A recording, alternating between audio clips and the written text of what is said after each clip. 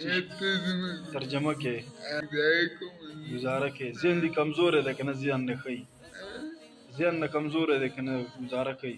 رسول اللہ کا وارث صحابہ کا سپاہی ہوں مجھے ہے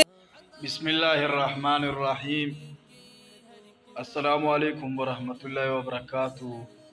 ګرانو کتونکو تاسو سره ضیاء الله مخاطب دی او دا زمونږ د دې مدرسې یو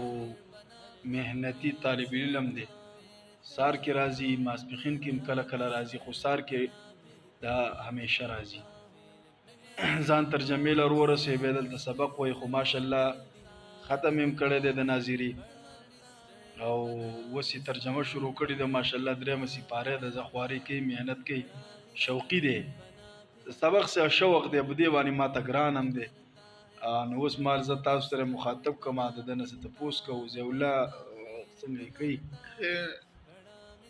ضیاء الله کتونکي دې ګوري او یو تپوس دوه نه کوم بیا به کتونکو ته څه پیغام هم ورکې د مدرسې د څومره وخت نه دلته راځي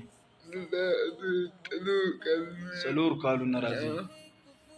په دې کې تا څو پیرې ختم وکړو یو پیره دې ختم کړی اوس ناظره کې ترجمه کې او یادېږي تا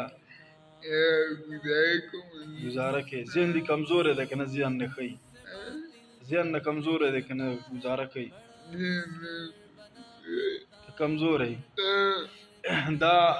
چې کله دلته نه سبق ووایي بیا وځي نو بیا لاړ شي هلته خپل محنت هم کوي ځکه د پلار مشر زوی دی او داسې د غریبۍ وطن دی خامخا کمزوري ده نو بیا لګیا خپل ټاکه ټوکه کوي چې کله مال ویستلی کله یو څه کړي کله بل څه کړي خو محنتي دی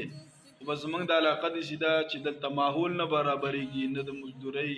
د سبق هم دا ماحول ډېر په مشکل او ګرانه باندې برابرېږي بنډه ده که نه زمونږ په دې علاقو کې روزګارونه نه وي د ده اوس ښه شوق شته دی چې سبق هم ووایي او داسې خپل کور دپاره خپله غریبي هم وکړي نو د دې په باره کې تاسو څه مشوره موږ له راکړئ په کمنټ کې مشوره راکړئ چې د ده دپاره څه پکار دي دا په ښو لاسونو باندې چې معمولي شان ته معذوره دی په ژبه باندې تاسو خبرې واورېدلې ضیاء الله سبق په څه طریقه یاد دی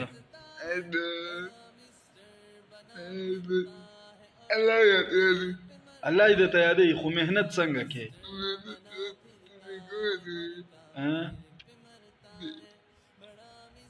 نه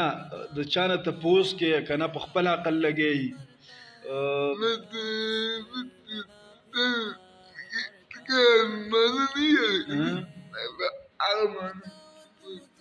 هغه معنی تپوس کوي چې کله کومه معنی درځي نه به د هغې تپوس کوي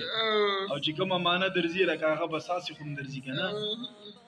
ماشاءالله دا 2 کرښې 3 کرښې سبق وایي په ترجمه باندې خو لکه د ده په زبان باندې چې هر څوک بیا نه پوهېږي ما سره یو وخت وشو زه پرې اوس پوهېږم د ده په زبان زه اوس پوهېږم که دا ماته سبق اورم زه پرې پوهېږم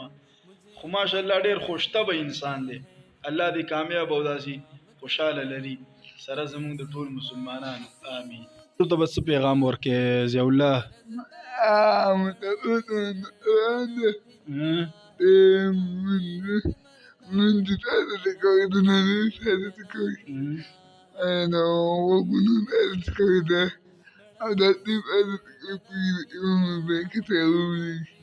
ماشاءالله ماشاءالله تاسو د ضیاء الله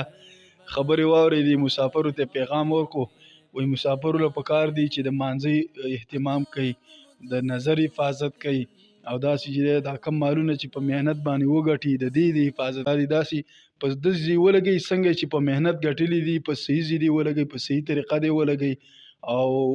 داسې بې ځایه خرچ د فضول کارونو نه د اسراف نه د دې کې ځان وساتي د ډمچورۍ نه د فضولو پیکشو نه د دې نه دې ځان وساتي